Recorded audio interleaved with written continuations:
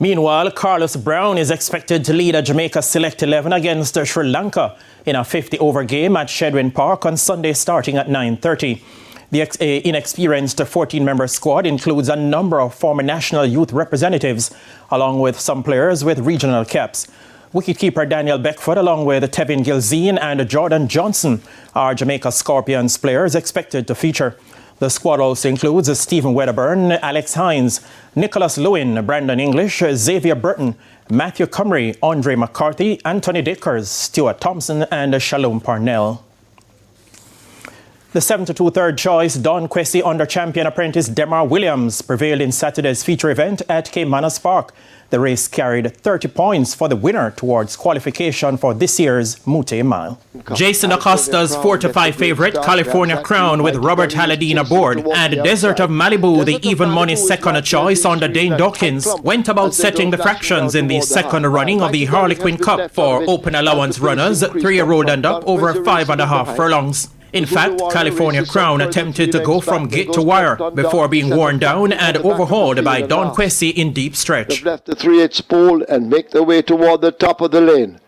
California Crown on that lead. Desert of Malibu is some 2 lengths down and now being switched to get the rear run as they come thundering into the top of the lane. And it is California Crown with the lead. Desert of Malibu shaken up and asked to close the gap. In the green silks, that's Don Quessy. Mighty Gully left back on the outside, but California Crown continues to hang tough under the right-hand stick. Don Quessy now asked to explode on the outside. Desert of Malibu is running flat-footed. It is California Crown. Here is Don Quessy kicking it on the outside.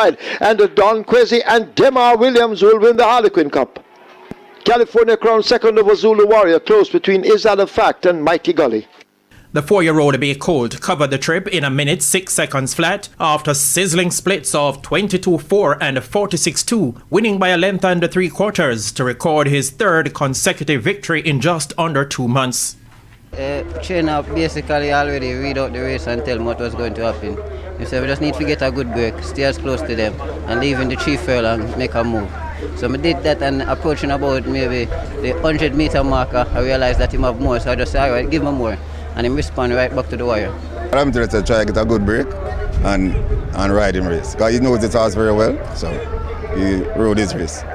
Meanwhile, the supporting feature, the Millard Zaidi Memorial Cup for overnight allowance runners over 5.5 furlongs, went to the 3-5 favorite Unbelievable Force in runaway fashion to close out a double for 2-time reigning champion jockey Radish Roman on the card. Former champion jockey Dane Dawkins also had a double, while 3-time former champion Anthony Baba Nunes and Peter John Prasad each saddled 2 winners among the trainers. Racing continues next Saturday with the first classic of the season, the 1,000 guineas for native-bred 3-year-old fillies.